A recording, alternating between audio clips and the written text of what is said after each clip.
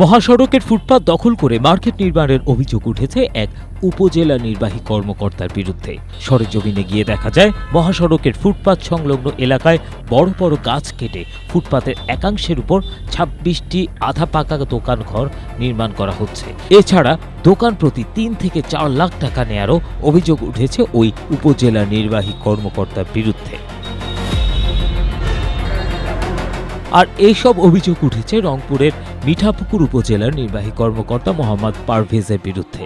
তার নেতৃত্বে উপজেলা পরিষদের প্রাচীর সংলগ্ন ঢাকা রংপুর মহাসড়কে দোকান ঘরগুলো নির্মাণ করা হচ্ছে।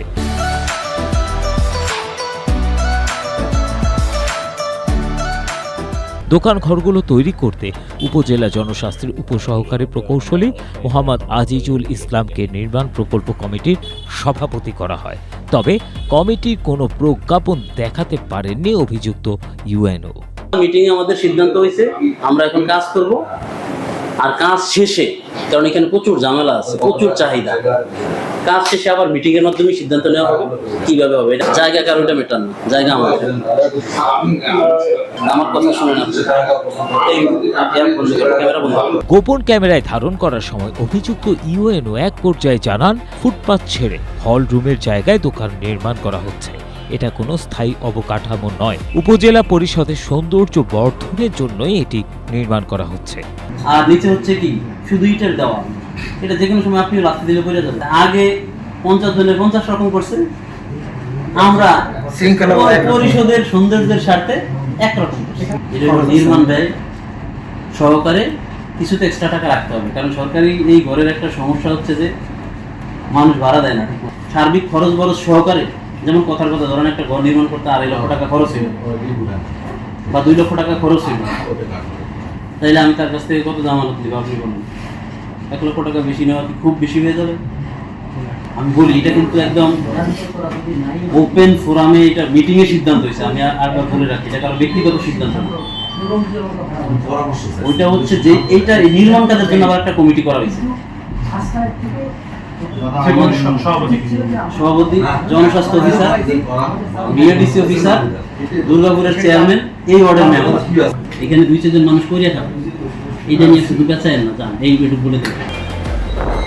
এদিকে মহাসড়কের ফুটপাতের মার্কেট নির্মাণ প্রকল্পের কমিটির কথা স্বীকার করলেও এখনও চিঠি হাতে পাননি বলে জানান মিঠাপুকুর উপজেলা জনস্বাস্থ্যের প্রকৌশলের উপসহকারী প্রকৌশলী মোহাম্মদ আজিজুল ইসলাম। কমিটি গঠন হয় এটা শুনেছি, চিঠি এখনো হাতে পাইনি। ওখানে আমাদের প্রাথমিকভাবে কাজ শুরু হয়েছে আর কি। টাকাটা কিভাবে ব্যয় হচ্ছে এটা একটু বলবেন?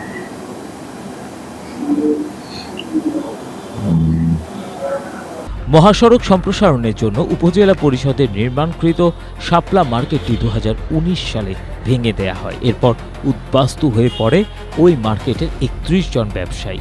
এখন মহাসড়কের জায়গায় ইউএনও অপরিকল্পিতভাবে মার্কেট নির্মাণ করছেন। এতে ক্ষোভ প্রকাশ করেন ব্যবসায়ীরা। মার্কেট হলে বিভিন্ন লোকের চলাফেরা করার যথেষ্ট অসুবিধা হবে। দোকানগুলো যদি নির্মাণ হয়, এখানে তো সিএমবির জায়গা তাছাড়া মনে করো দুর্ঘটনা হবে। ফুটপাতটা যদি বন্ধ হয়ে যায়, রাস্তা দিয়ে 2-4 জন গেলে 100% দুর্ঘটনা ঘটবে। এই মর্মে আমরা ইউনো মহোদয়কে দরখাস্ত দিয়েছি, স্যার আপনি এর যথাযথ ব্যবস্থা গ্রহণ করেন। মহাসড়কের ফুটপাতে মার্কেট নির্মাণ করায় ক্ষোভ প্রকাশ করেন স্থানীয়রাও। দ্রুত ফুটপাতে স্বাভাবিক চলাচলের ব্যবস্থা করার দাবি জানিয়েছেন তারা। Desk report, Asia post.